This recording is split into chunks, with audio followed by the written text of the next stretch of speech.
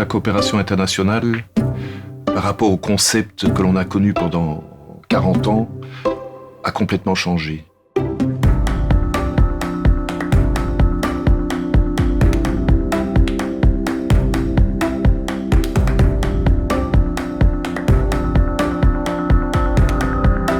Cette problématique, qui concerne tout le monde, devient tout à fait transversale.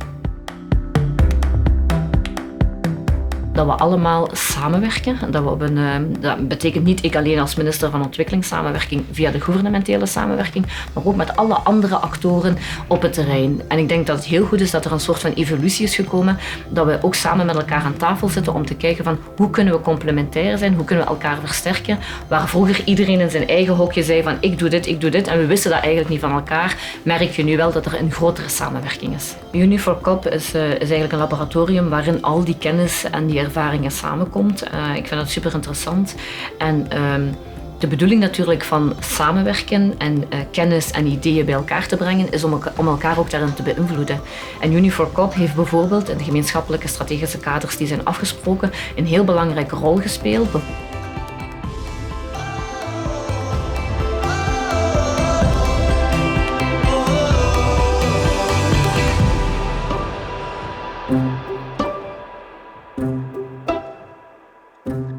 On a créé Uni4COP en saisissant une opportunité qui a été mise en place par le gouvernement belge, qui était la possibilité pour des ONG de se regrouper, de proposer un programme unique à plusieurs au niveau de l'administration belge.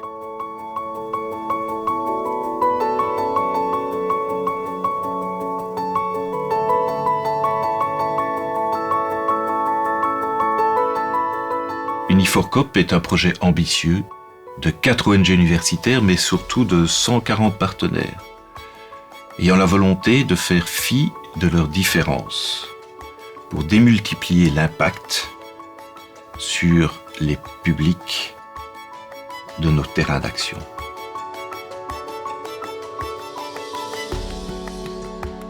Uni4COP, c'est bien sûr l'historique des 4 organisations qui ont créé le consortium. Mais maintenant, ce sont 4 thématiques prioritaires. Micro-entrepreneuriat, soins de santé accessibles et de qualité, agroécologie et l'éducation à la citoyenneté mondiale et solidaire. 11 pays d'intervention, dont la Belgique, plus de 140 partenaires et un budget annuel de 17,5 millions d'euros. Et bien sûr, énormément de bénéficiaires. Uni4COP, c'est une alliance qui vise à augmenter l'impact, augmenter la puissance d'action, mais aussi augmenter les liens entre l'université et le terrain. On a un rôle d'intermédiaire entre les savoirs académiques et ce qui se passe sur le terrain, qui va dans l'autre sens aussi. On doit pouvoir nourrir l'académique avec toute cette expérience de terrain. Et le fait de se regrouper nous rend plus légitimes, plus pertinents pour faire ça et plus efficaces, parce qu'on peut maintenant interagir avec 4 universités, avec toutes les autres écoles qu'il y a autour, en proposant non plus 1 ou 2 terrains, mais 13, 14, 20 terrains d'intervention. Pour pouvoir, à partir de ces expériences multiples, développer des actions pour nos bénéficiaires, pour les terrains où l'on se trouve. Et c'est ce mixage, cette approche de recherche issue d'acteurs différents qui est vraiment spécifique à Uni4COP. J'ai l'impression que c'est vraiment une relation qui se nourrit dans les deux sens. Pour les universités, les ONG, ça constitue un ancrage terrain. Dans le sens inverse, j'ai l'impression que les universités peuvent apporter des capacités dans les montages de projets, sur le fait de faire attention à certaines choses, donner des outils qui permettent de nourrir le suivi et l'évaluation. Et donc les universités peuvent capitaliser sur ce qui a été fait, n'ont pas une obligation de capitalisation positive, c'est-à-dire qu'elles n'ont pas à vendre un projet qui a réussi. Et donc on a, je pense, des métiers assez complémentaires à ce niveau-là.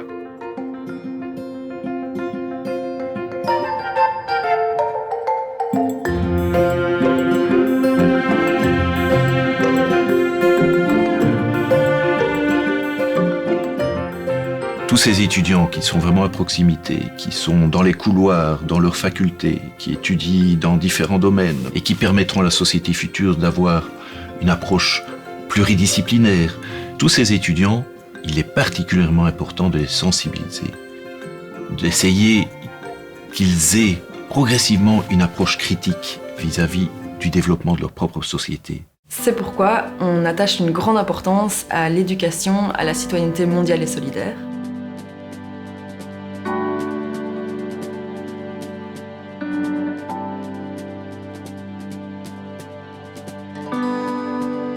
Concrètement, le CMS, c'est travailler directement ici avec les citoyens et les citoyennes sur des thématiques qui sont chères à Uniforcoop.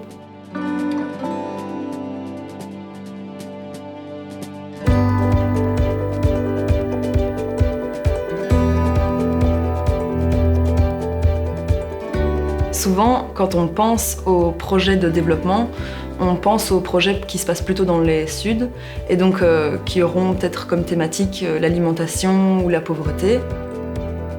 Chez Uniforcoop, on considère que tous ces projets sont très importants, mais que les enjeux sont mondiaux et sont systémiques et donc que tous ces projets qui se passent dans le sud doivent avoir une résonance dans le nord.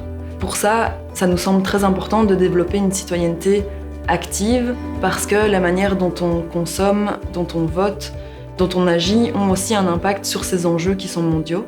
Alors concrètement, le CMS dans un cadre universitaire, ça se met en place en partie dans le cursus puisqu'on travaille vraiment avec des partenaires qui peuvent être des professeurs ou des facultés. Et donc ça va être par exemple de venir ponctuellement faire des animations de CMS, mais donc qui peuvent être des outils pédagogiques qui amènent un éclairage nouveau sur une thématique, mais parfois ça va être vraiment inviter des personnes, soit de la société civile, soit des acteurs du Sud, à donner une séance de cours sur une thématique. Par exemple, si c'est un cours de droit, ça va être un peu d'amener un éclairage nouveau sur le droit et peut-être parler du droit des personnes précaires ou des droits de personnes qui sont discriminées dans nos sociétés, quoi. Hors cursus, on mène aussi évidemment des activités et donc là, ça va être vraiment d'accompagner un groupe à réfléchir une question, un enjeu de société et de les accompagner sur tout un processus qui va aller de la sensibilisation à la mise en projet.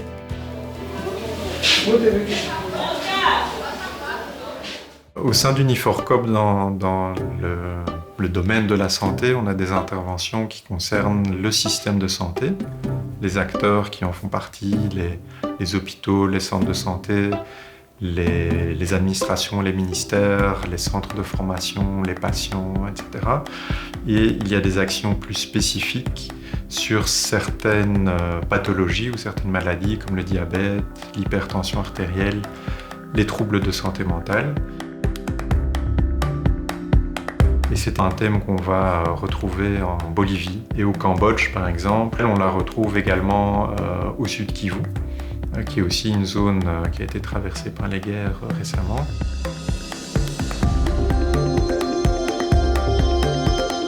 Je dois dire que dans ce secteur de la santé, il y a vraiment beaucoup de réalisations qu'on pourrait illustrer par certains chiffres. Par exemple, au Nord Kivu, il y a 27 formations sanitaires qui, depuis 3 ans, ont été construites et équipées, ce qui est quelque chose de très important et pour lequel il y a eu un travail également d'approvisionnement en eau potable pour assurer, parce que les services de santé ont besoin d'eau pour qu'on puisse assurer l'hygiène, mais aussi cet approvisionnement en eau qui sert aussi aux populations qui habitent tout autour.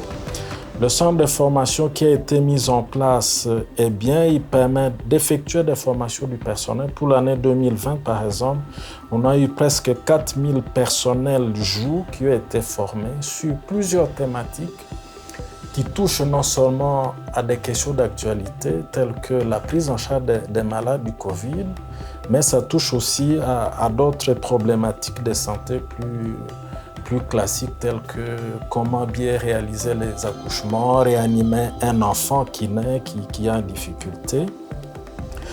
L'intervention au niveau de l'hôpital provincial est aussi une intervention très très importante au Nord Kivu. Et donc, par exemple, pour l'année 2020, c'est plus de 11 000 personnes qui ont été hospitalisées et prises en charge, dont quasi la moitié sont référées des hôpitaux des zones de santé. Presque 3 000 accouchements qui ont été réalisés, plus de 2 000 interventions chirurgicales, et parmi les patients qui ont été pris en charge, c'est aussi des malades chroniques, notamment les hypertendus, les diabétiques. Et donc, au-delà de l'hôpital, nous travaillons aussi, Unifor-Corp travaille aussi sur d'autres services de santé. Donc là, par exemple, il y a un focus sur la prise en charge des cas de malnutrition pour lesquels, pour l'année 2020, c'est plus de 2000 enfants qui ont été pris en charge. Et donc, c'est autant de choses qui sont réalisées dans le domaine de la santé.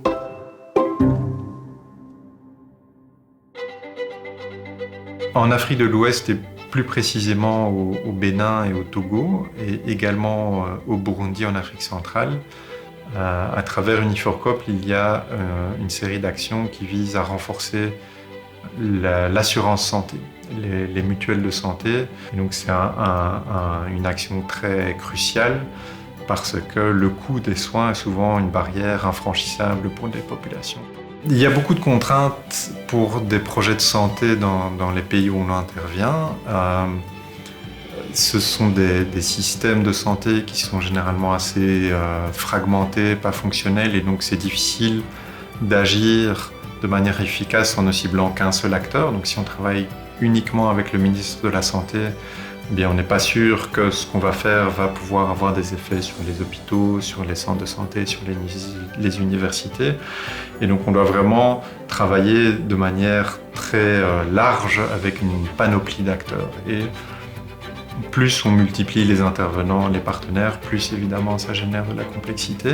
Surtout que ce sont des partenaires qui n'ont pas souvent l'habitude de discuter entre eux. Et donc on doit en renforcer un, mais le renforcer aussi dans ses interactions avec les autres. Une autre contrainte, c'est que les ressources de ces acteurs sont très limitées. Et si on veut travailler sur la drépanocytose, par exemple, c'est une maladie du sang, et donc ça passe par des dispositifs de détection, de prise de sang, etc. Mais le matériel disponible, l'infrastructure, la logistique sont très problématiques. Donc on doit être assez inventif pour trouver des manières de surmonter ou de contourner ces contraintes logistiques ou matérielles. Aujourd'hui, nos systèmes alimentaires ont de très gros défis. La malnutrition est encore très importante. La manière dont on produit nos aliments ne répond ni aux besoins alimentaires de la population, ni aux enjeux environnementaux que l'on a au sein de la planète.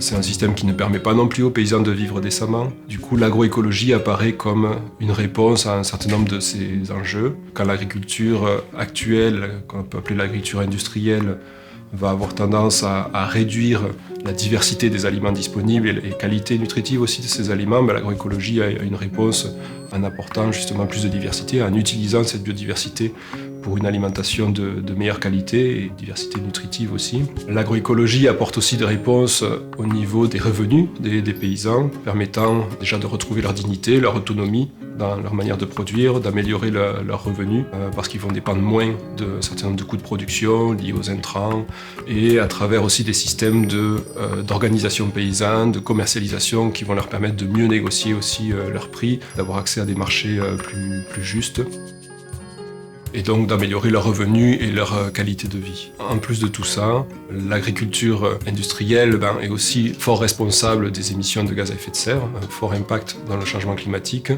Et là aussi, l'agroécologie propose une agriculture qui va permettre au contraire de fixer du carbone, que ce soit dans le sol, que ce soit dans l'agroécosystème, à travers l'agroforesterie notamment, et en plus d'avoir une capacité de s'adapter aussi aux effets du changement climatique qui sont déjà visibles, qui sont déjà présents et dont sont victimes les paysans.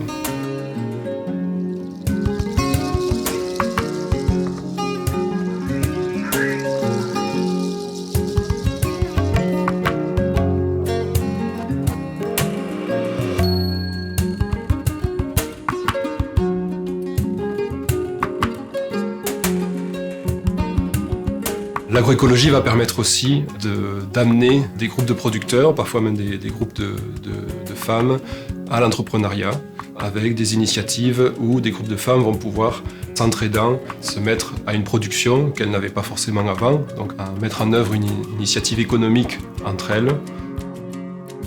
Au Bénin, on va travailler avec des groupes de femmes qui vont mutualiser leurs économies, vont créer un fonds à plusieurs pour lancer des initiatives économiques, par exemple de la production de maraîchage, de petit élevage, qu'elles vont pouvoir vendre, générer des petits revenus pour elles-mêmes et aussi gagner en autonomie. En Bolivie, on va travailler plutôt sur la gestion des territoires et l'appropriation de cette gestion par les communautés, qui vont pouvoir écrire leur propre plan de gestion, qui sera reconnu par les autorités publiques, qui leur donnera légitimité sur l'accès aux ressources et au foncier. Vu la complexité aussi des enjeux, complexité des contextes d'intervention, il est important de faire appel à différentes disciplines, à différentes expertises que l'on va trouver chez nos partenaires, à travers notre ancrage universitaire. Voilà, des professeurs, des chercheurs de différentes spécialités qui vont pouvoir apporter chacun un regard aussi particulier et d'obtenir ainsi une vision plus globale, plus pertinente finalement des enjeux sur lesquels on veut travailler. Au Bénin, on va travailler sur des questions, par exemple, d'intégration agriculture-élevage, en cherchant la complémentarité entre les animaux et les productions agricoles. Et pour ça, on va avoir besoin de réfléchir à la fois à l'alimentation des animaux, avec quel type de fourrage, mais aussi de comprendre comment soigner ces animaux, avec notamment la phytothérapie, donc des plantes médicinales qui font appel du coup à des savoirs locaux. Donc on va avoir besoin aussi de l'anthropologie, de la botanique, pour mieux comprendre l'intérêt d'utiliser ces plantes pour soigner ces animaux. On va faire appel aux connaissances locales en la matière. On va faire appel aussi au secteur de l'agronomie, aux connaissances des paysans, pouvoir intégrer ces différentes plantes, qu'elles soient fourragères ou médicinales, dans les systèmes de production. Et donc on a besoin au final d'avoir une compréhension interdisciplinaire pour comprendre en fait correctement ces contextes et pouvoir les travailler au mieux. L'agroécologie, ça veut dire aussi vivre en harmonie avec son écosystème. Et un des écosystèmes dans lesquels on travaille, sont les zones de mangroves. L'idée, c'est de se dire, bon voilà, on a un milieu qui est fragile et qui a vraiment son importance pour la vie des populations qui y vivent, d'une part, et ça a aussi son importance par rapport à l'écosystème, donc le monde végétal, le monde animal qui y vit en fait. Et donc l'idée, c'est de se dire, bon, que peut-on faire pour, d'une part, éviter, en tout cas, réduire la dégradation et la destruction de ce milieu-là, de cette mangrove, pour protéger en fait à la fois les populations et à la fois les végétaux et le monde animal qui y vit. Et d'autre part, comment faire aussi pour faire en sorte que ce qu'on a détruit, on puisse quelque part le remplacer ou le replanter en fait. Alors les mangroves, pourquoi c'est important pour Uniforcop ? C'est un milieu très particulier qui n'est pas encore dans la mer, mais qui n'est déjà plus dans la terre, qui est une zone tampon finalement entre les deux, qui va lui conférer cette richesse, notamment en termes de biodiversité. Ce sont des zones très très riches, qui sont notamment l'endroit où ils vont se reproduire beaucoup d'espèces de poissons, d'espèces marines, sans lesquelles les océans ne pourraient pas se peupler autant.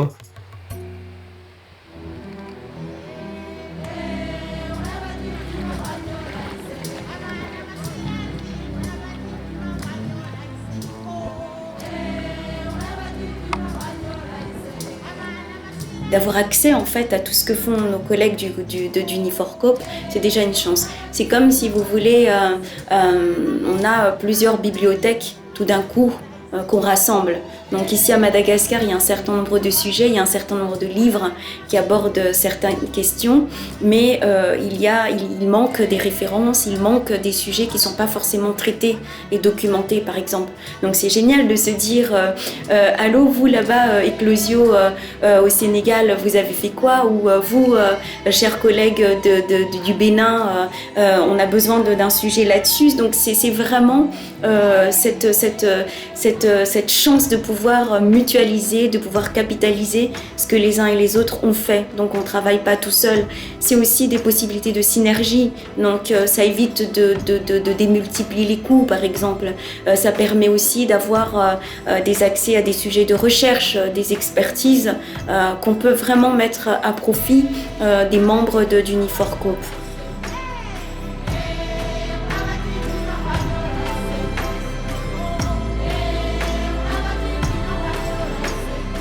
C'est maintenant qu'il faut mettre en commun nos savoirs. C'est maintenant qu'il faut travailler ensemble pour justement tacler, réduire en tout cas le réchauffement climatique d'une part, ralentir, réduire la destruction de la biodiversité et des écosystèmes. Donc il faut mettre en commun ce que dans tel pays on sait, dans tel pays on a expérimenté. C'est urgent, c'est maintenant qu'il faut mettre en commun ces savoirs. En als we finaal dezelfde doelstellingen willen realiseren, dan ben ik echt van overtuigd dat we een veel sterker verhaal schrijven dan dat we allebei langs elkaar doorwerken. C'est vraiment très motivant d'être maintenant dans Uniforcoop. On est à la croisée de tout un tas d'expériences, de connaissances, de savoirs, d'énergie. On a vraiment le sentiment d'être un accélérateur de toutes ces interactions. De créer des synergies entre différents acteurs. Et ce consortium a vraiment un rôle à jouer, une reconnaissance qui nous donne beaucoup d'énergie pour continuer à travailler, développer les interactions et amplifier nos actions, amplifier nos projets et le faire savoir à beaucoup de gens. El consulta, ¿no? Porque